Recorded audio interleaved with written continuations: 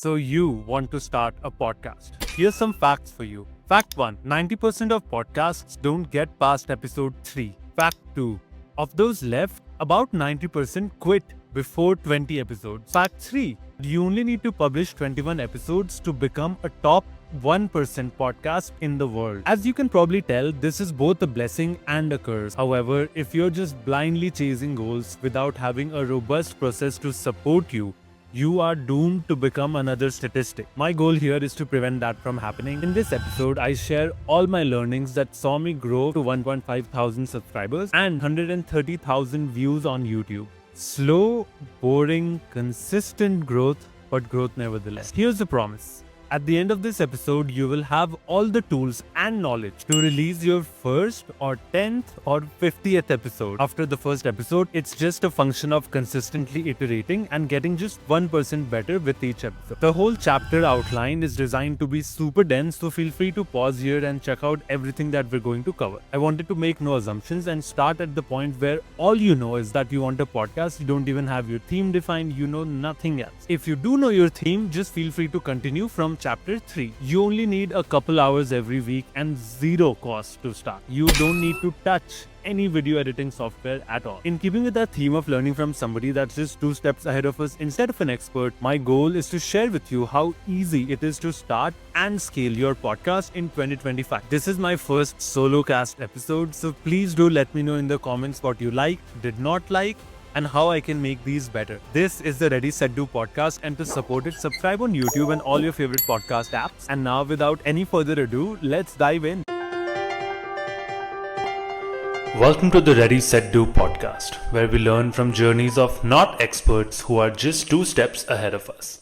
So, the thing about starting a podcast in 2025 is that if you're just doing it for the quick bucks to get really famous or to get a lot of subscribers and kickstart your creator economy based journey, the problem with that is it's not as simple as that. It takes a little bit longer than that if you're trying to just grow organically without pumping money into ads and all of that funky stuff. The main point I'm trying to make here is that unless you really enjoy it, I think you will struggle in trying to get it off the ground.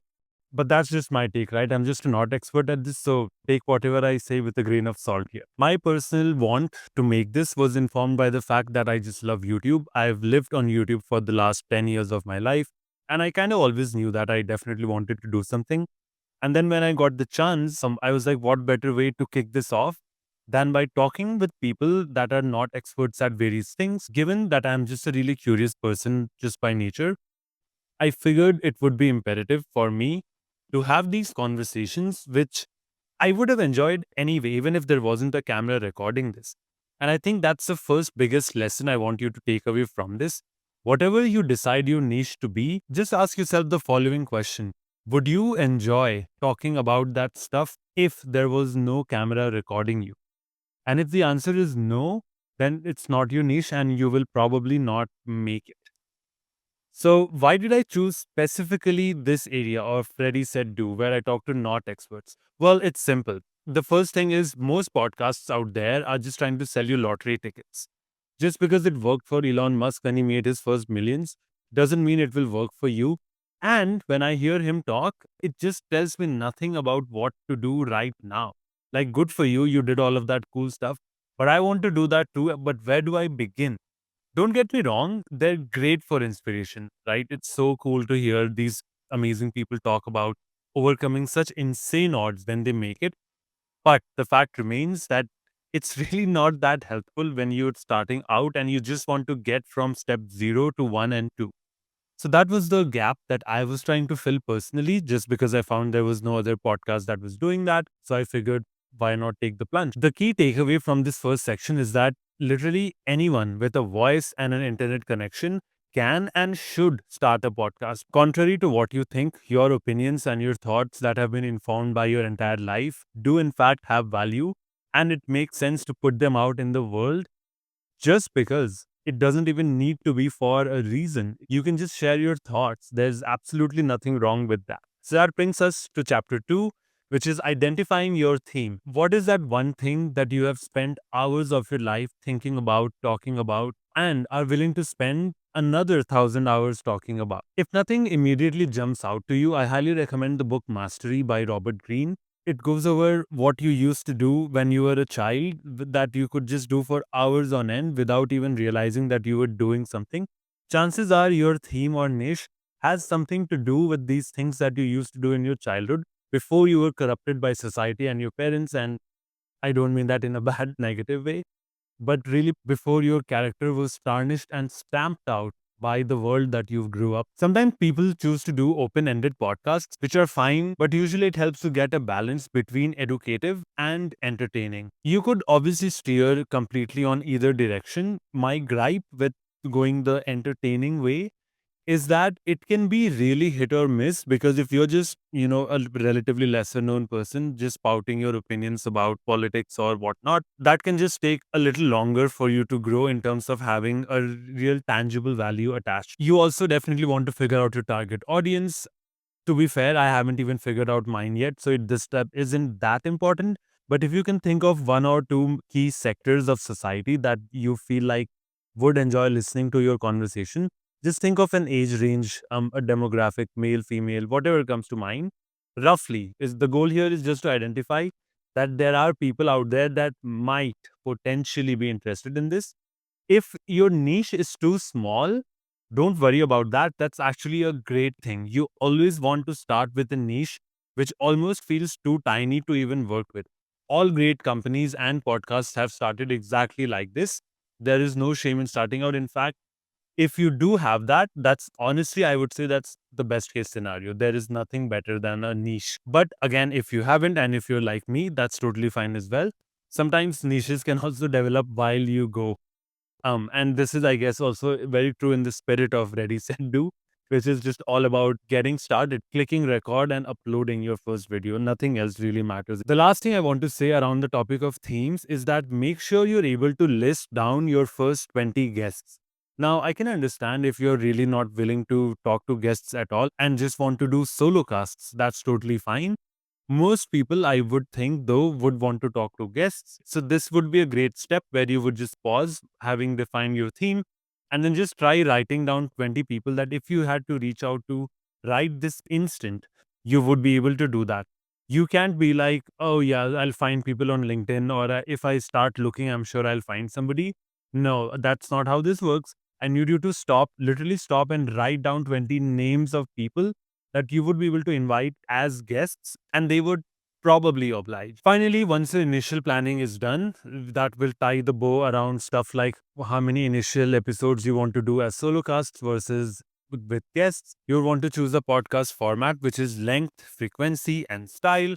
All of these are fairly open ended. There is really no right answer to this. I chose to do them weekly, but if you want to start out as monthly, that's totally fine. You could always just make it more frequent as time goes by. And the final step here is that if you have any podcasts that are already doing this for the niche that you decided, you want to look them up and do a thorough job in terms of going over the type of episodes that they've made, how they've been doing in terms of reach and views and likes and engagement, and also the type of guests that they've been bringing. Because if you see there is because if you see there are a few channels that are doing that already, but really aren't doing that well, that could mean one of two things. A, it's really fertile ground for you to do that really well.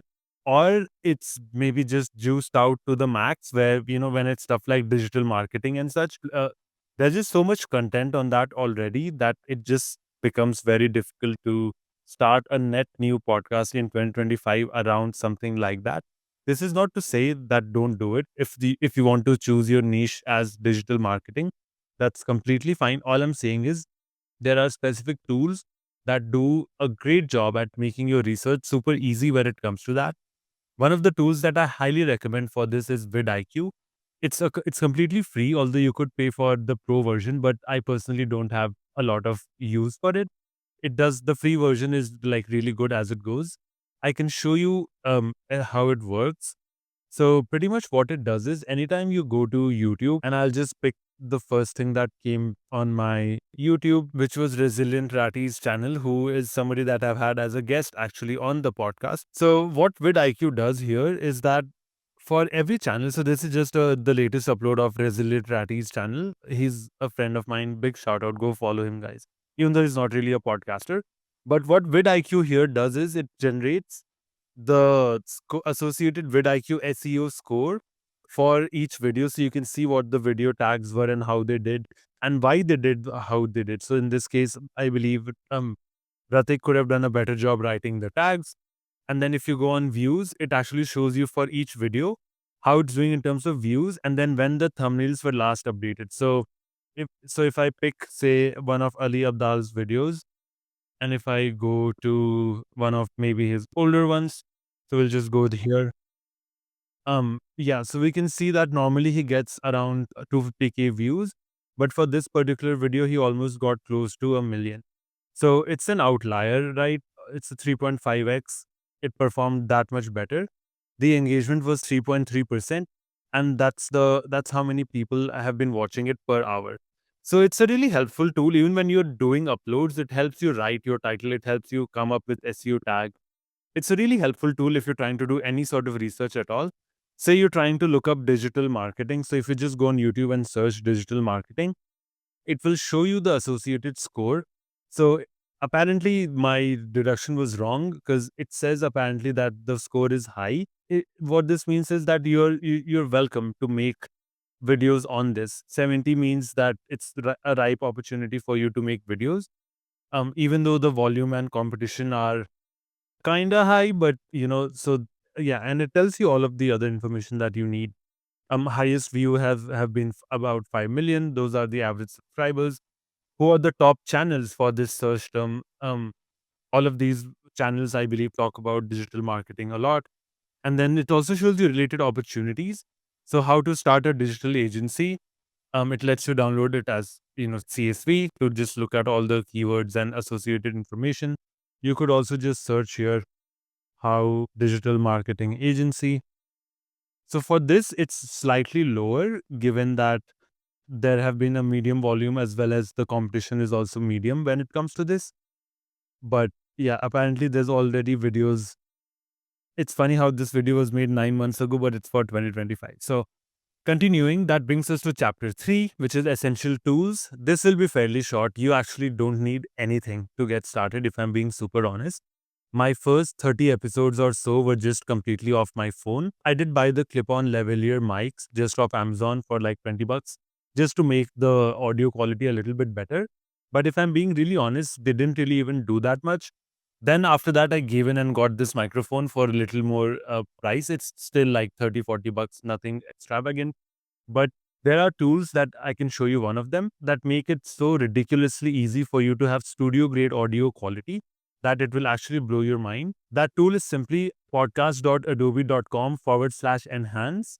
What that lets you do is if you just upload any of your audio recordings from your podcast, it will convert it to a really high quality studio grade audio experience and it will truly blow you away and it's free. And so in terms of tools and gear, you're largely covered. There's not a lot to really worry about here. I'm very much a completionist over perfectionist. It's okay to not start with a professional video camera and a professional mic and all of this lighting setup that I've kind of accumulated over the months. I pretty much started with nothing. If you go and watch my first video, it's just literally just my camera and that's it. So now that naturally brings us to what it is that you will be using to record. I highly recommend riverside.fm. My channel pretty much would not exist without them. It's so great because what Riverside does is it allows you to record locally. What that means is, say you're using your iPhone to record instead of your camera on your laptop, which usually isn't the best quality. What it does is while you're recording, it uploads to the cloud directly while you're talking to your guest who is also connected. So really, you just use Riverside to interface with your guest. The actual recording comes from your high quality device, which is uploaded to the cloud. What that means is your end product is very high quality 1080p if you have any iPhone after say 11, and it doesn't end there because once you're done recording, what you can do here is you can just hit edit and it will take you to the entire transcript which would have generated itself. So this is all completely auto generated. And say if you wanted to snip out a certain part, say I don't want to include this line where I'm saying this doesn't really just apply to both. All you do is select that, hit delete, And then when I play this, it will just go from what can go into a successful prompt to applies more in general. So it makes it extremely easy for you to edit out your content, and you pretty much waste no time in terms of learning how to edit your videos, how to cut and snip and all of those time consuming tasks. It's simply as easy as just selecting something and hitting delete. After you're done, all you have to do is go to export here, and then you choose your 4K quality, normalize audio levels, remove background noise, and if you hit export video, it will just generate that video for you, which you can then directly upload to YouTube. After having done the podcast Adobe Enhance, which is just pretty much this link, all you have to go here, choose your files, select whatever audio file you wanted to choose, audio or video actually, and then yeah, it just enhances your speech for you, making it completely unrecognizable to whatever you would have recorded using your iPhone or any other mic that you might have been using. Riverside, however, only allows one free video per month, so chances are you will have to pay for that. The annual fee, I believe, when I paid for it was around $120, including a discount code that I had. I'm happy to link my affiliate code in the description below if you would like to use that. Again, big shout out to Riverside, because without them, my channel definitely would not exist. Okay, so then that brings us to chapter 4, which is crafting your podcast identity. So this is what arguably trips up a lot of people. It can be really nerve wracking to come up with a name, design a logo, design your cover art, your brand identity guidelines. There's a lot associated with this here. And I'm not saying this to overwhelm you. My goal here is just to tell you what you might be biting into. When it comes to the name, try to optimize for names that are at least 3 words or less. It's just the most helpful in terms of getting your URL, your website, and even if you just have to say your podcast a lot of times to your friends and family and relatives. That's my first and biggest tip. Next, you would want to go to Spotify or YouTube or wherever and make sure that it isn't already taken. This isn't immediately a problem. If it is, that's totally fine, because you'll see that a lot of podcasts start and never make it beyond episode 2. So it's completely fine if it's not been taken. You can still use that and go forward with that. But of course, ideally, you want to use something that's totally unique and that doesn't exist currently. Now, when it comes to the logo, things get really tricky. And I could potentially honestly make an entire episode just dedicated to the logo, just because of how tricky it is. Personally, I have no background in graphic design and I knew nothing about it. And I spent about 2 weeks trying to design my logo, spending multiple hours every single day trying to get to the best possible job I could do. And I landed where I landed, which I'll show you in a second. I'm not the most proud of it, but it got the job done and it was okay enough for me to get started. I will eventually rebrand. That's my plan. But for now, this is great. And I can show you here the paths that I went through and what I took to get to this point. So I started here. My original plan was to call Ready Set Do simple but cool, which feels, I don't know actually how I feel about that in retrospect. But my tagline was going to be regular people, remarkable stories. And as you see, that's why I have that kind of all around it. Oh, and also, guys, in terms of graphic design, Canva is unbeatable. I have the pro version, but you can actually get really far with the unpaid or the free version as well. Highly recommend it. It makes it very easy for you to design whatever it is that you're trying to design. It now has AI features as well if you want to generate stuff. A really underrated feature that I use almost every day is the image upscaler feature, which allows you to just take any image. So if I just select that, and then if I go here to image upscaler, and I can choose this entire page to make it a higher or a more upscaled image. So if I do that, and then if I hit export, it'll make it a higher resolution and export it up to 16x the current quality, although that is paid, but you can still get up to 4x on the free version. So while it does that, this is where I started. And then I've kind of looked at names, and then I realized simple but cool wasn't that good. So I was looking at other stuff. So maybe I came up with ready, set, and I think I removed the do here. That was my next version. I was trying to have my face somewhere incorporated. I still clearly was sticking to the tagline.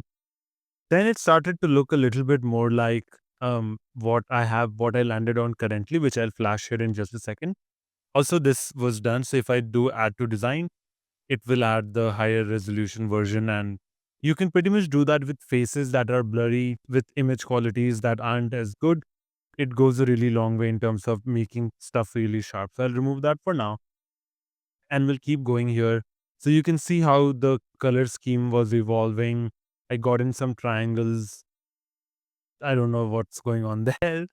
Some inverted triangles to flip the status quo. That's actually pretty close to what I eventually landed with. I just needed a little bit more cleaning up to do, which I was doing here. This was one of the versions because I kind of wanted to signify the starting lines when it comes to this stuff. Some more triangles, some more additions and, movements here. Finally coming back, inching closer. And then this is kind of what I landed with. Again, like I said, not the most proud of this. Could have definitely done much better. If I had to do it now, I would do it definitely differently. This width wasn't the best idea. You can barely even read it. These two triangles are kind of funky. I'm not sure what this medieval mosaic pattern there is for. Anyway, you get it. Not to beat up a dead horse, but this stuff is pretty straightforward. You could just actually use Claude, which is something I enjoy doing a lot, and help me come up with a logo for my new podcast about trains. Say that's your, niche. It'll help you brainstorm. So yeah, it's talking about visual themes that combine audio and trains, crossing signals, railroad tracks, minimalist line art, art deco. And then obviously, a really underrated tool for this is Pinterest also. So if you just go on Pinterest, you can set up boards. You could look at stuff that you're trying to do. This was some of the ideas that I was bouncing around. Didn't really end up using any of them, but these idea boards can go a long way in terms of figuring out, what you're trying to do, even with your color schemes and such. It's really helpful in terms of just trying to find out trains. So if you just hit trains, which give you a lot of art associated with trains that you could maybe use. It's really good for inspiration and a lot of other really cool things. So really recommend this stuff when it comes to crafting your brand identity. And finally, you want to write a brief description of what your podcast theme is and what it stands for. Again, you could use AI to write this, but remember to make it really short, really succinct, and to fully encapsulate what your theme is and what your podcast seeks to do. Because you could keep it open ended, but you would just have trouble, I think, associating or finding listeners just because it can be very difficult to associate with things that you don't even fully understand. All right, so now it's time to record your first episode. That brings us to chapter 5. I'm actually not sure what chapter I'm on. I've kind of lost track, but it doesn't really matter. When it comes to recording, again, Riverside just makes it really easy for you. All you have to do is make an account, find your studio link, and share that with your guest. Once you do, the guest will be able to hop on. You'll be able to see them.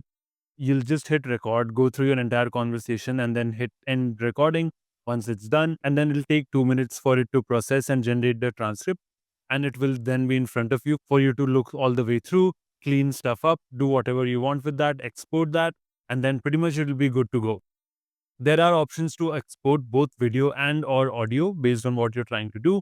If you're just wanting to upload to Spotify and don't want a YouTube podcast, you could just download the audio and upload that, and you could record the intro portion later and then kind of append those two towards the end. I highly recommend doing it on YouTube as well, just because the way Spotify impressions work, it's very difficult to come across new podcasts unless somebody recommends them or searches them for you. YouTube's algorithm is much better when it comes to discovery. So I highly recommend that you do both video and audio. In fact, Spotify is now really bullish on doing video content as well. So I've now started just uploading the same video file that I upload to YouTube on Spotify as well, because they're trying to push more video content. I think I've been seeing pretty decent engagement on Spotify. What the Spotify backend looks like is that it just shows you your total all platform plays, how many followers you have, your last episode, and just kind of some basic data around what, how stuff has been doing. Then if you go to analytics, by the way, I'm fully okay sharing this stuff. I, don't really have anything to hide here, but it shows you how many streams per start. So that basically means how many people started and they at least streamed for 60 seconds. So in my case, that's 50. Hopefully, trying to bump those numbers up can be better there for sure. But yeah, in the last 7 days, 9 people have tuned in. On average, six plays per episode. And then, yeah, so these are just some of the data that you can get in. For all of this, you want to go to creators.spotify.com. It's very easy and it's obviously free to set up an account. You just have to upload your name of your podcast, upload your cover art, and then once you upload your first episode, you'll be good to go. It's actually fairly easy. I was going to show you how to do that, but it's actually so easy that even a child could figure it out. And then if you want to upload your first episode, all you would do is new episode, select a file, and then whatever you select, you'll just do next, next, next, publish, and voila, it's uploaded and out there for anyone to see. So now that you've published your podcast, what you want to do next is that, of course, you're going to wait around and see how many people tune in, and usually it will be crickets. But don't get disheartened. This is completely normal. Use your other existing social media wherever you have any following, really, to kind of put the word out that you've started and that you would appreciate some love and support.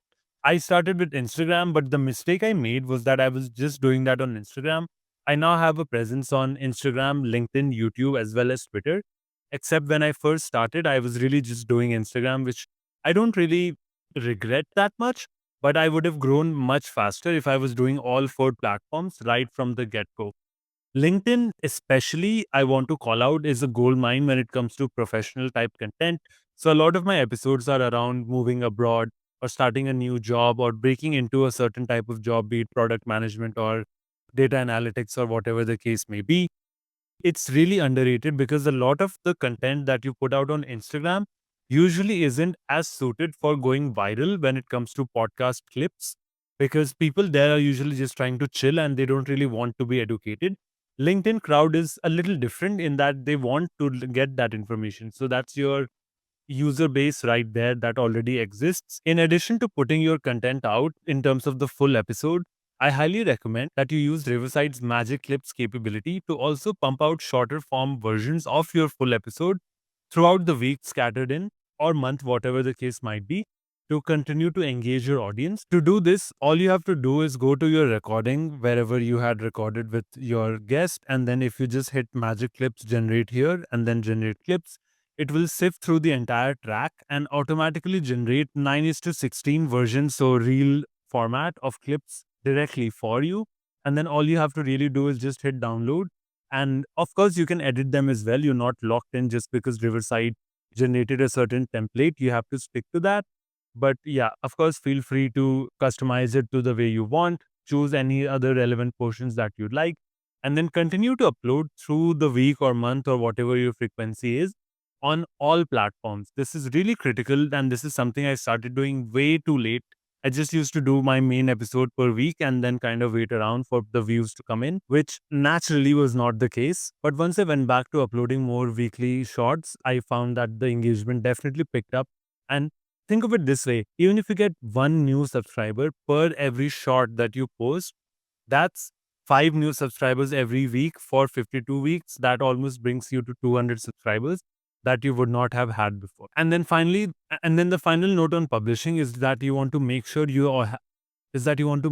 have your chapters, which again Riverside generates for you. You don't actually have to write every time script because it already generates a timestamp for you. You just need to paste it into Spotify as well as YouTube. This is very easy to do, and there are a lot of tutorials as well as Google links that teach you how to do that. So don't stress if you run into issues over there. Maybe I could make a future video just around the publishing process. But for now, just as long as you have your description and your timestamps, the last thing you will need here is just SEO tags.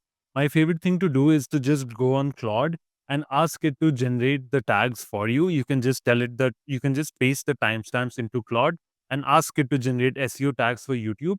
And make sure you ask it to generate both short and long tailed SEO tags. And then you can just paste them into YouTube as well as your description box. VidIQ also helps you with telling you how good your tags are. So if I were to take you behind the scenes of one of my videos where you write the title, it shows you the title score. So that one got a score of 80, which is pretty good. It also suggests some titles that some of them are kind of over the top. Top startup founder exposes his surprising funding secret.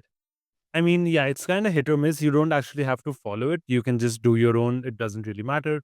You always want to start with tags because that's the first 200 characters that are really critical when it comes to that.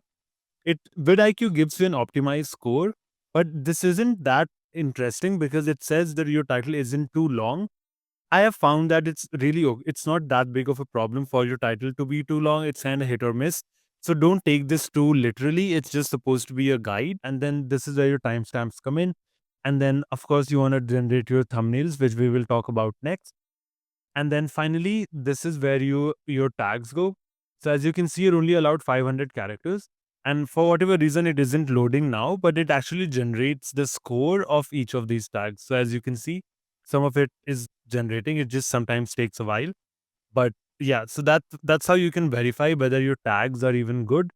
And then once they are, the final thing that is left is the topic of the thumbnail. So when it comes to designing the thumbnail, that is honestly its whole own episode completely. It's an insane hodgepodge between an art and a science. I'm very proud to present here my first attempt at making a thumbnail ever. You can see just how bad this is, right? I mean, I don't need to even tell you this. This is beyond, this is almost a parody, straight up. But thankfully, after that, I had some help. I had my nephew Akshansh and his friend who helped out for me to make my first thumbnail. And then you kind of, once you have started here, you kind of go from here. The biggest takeaways here are that you want to make sure that your faces are really big and enlarged and very easy to see, because it's the first thing that human eyes land on and they kind of recognize. Um, you want to make sure you have as few words as possible. So this isn't actually even a good example, because as you can see, a lot of them are brands which people recognize immediately. But in terms of words, you want to limit it as much as possible. These are just some of my earlier thumbnails. That's just nothing. This is actually my first one, so you can see why it's bad and I'm breaking some of my own rules, because you actually can't even see my face. Um, this is slightly better, except these small type of icons don't really work, because remember that when you're seeing it on YouTube, you will probably won't see it any bigger than this. So if you're having trouble reading anything or at this scale, chances are nobody is going to be able to see that. And the final thing I want to say here on this topic when it comes to your YouTube optimization is that just think of it this way. If the user needs more than 1 second to understand exactly what your video is about after looking at your thumbnail and title, they are not going to click it. 1 second is the window that you have to completely and clearly convey what your video is about.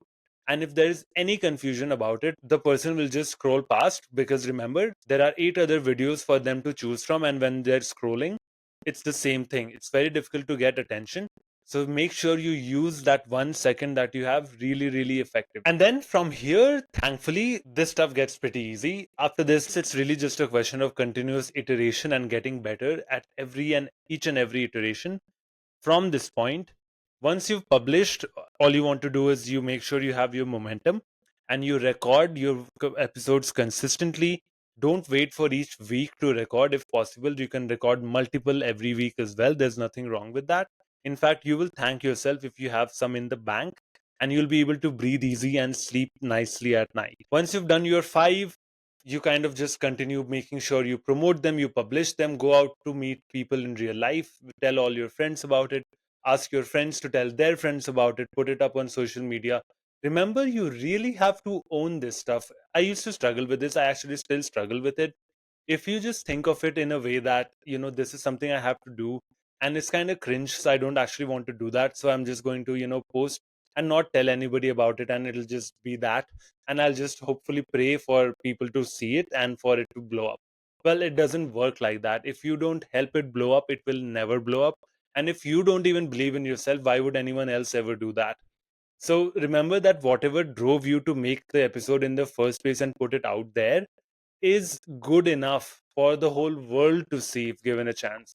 You should be getting up on those rafters and shouting from those rooftops at each and every person to watch every second of content that you put out. That's how much you need to believe in your content. And if it's not as good, that's just a motivation for you to make it that good and get to that point where you really feel comfortable telling everybody that, hey, I have a podcast, this is what it's about, I would love for you to check it out. If you face any hesitancy in doing that, chances are you have a lot of quality control to do and quality improvement to do. So I would suggest that you start doing that immediately, because that's what you want to blame here. That's honestly pretty much all I had. Really, all I want to end with is that as you're going through all of this, keep in mind that you're obviously going to take away a lot of lessons along the way, which is totally fine. Make sure you document them. Just because you learned a lesson and you thought about it in your head and then you completely forgot, that's not going to help you. Make sure you write down all of these methods, all of your new learnings.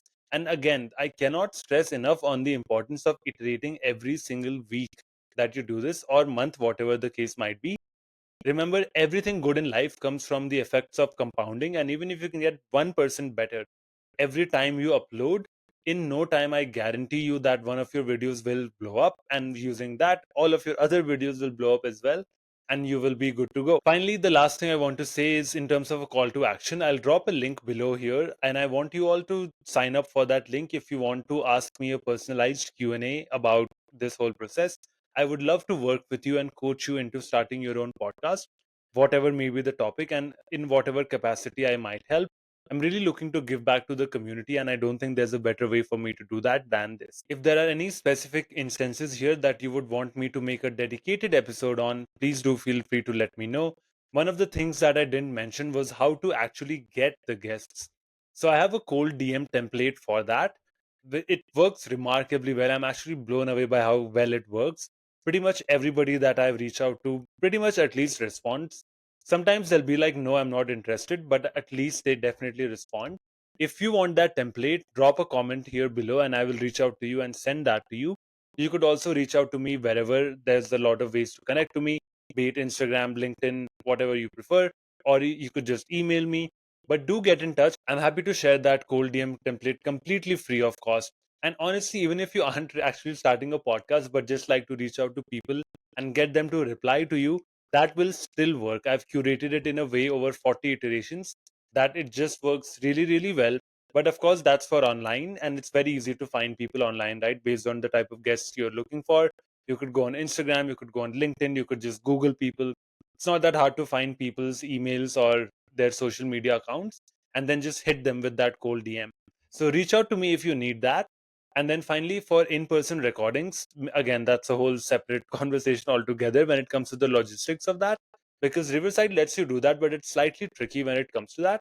So, what you want to do there is when you're meeting people in real life and are just up and about your life, ask them if they want to come on your podcast, and normally they'll just say yes, in which case again you're good to go. I hope you enjoyed this episode. Really excited to drop my first experience doing this. It was definitely nerve wracking, but I feel so great having done this now, because I know this is going to be really helpful for so many of you out there.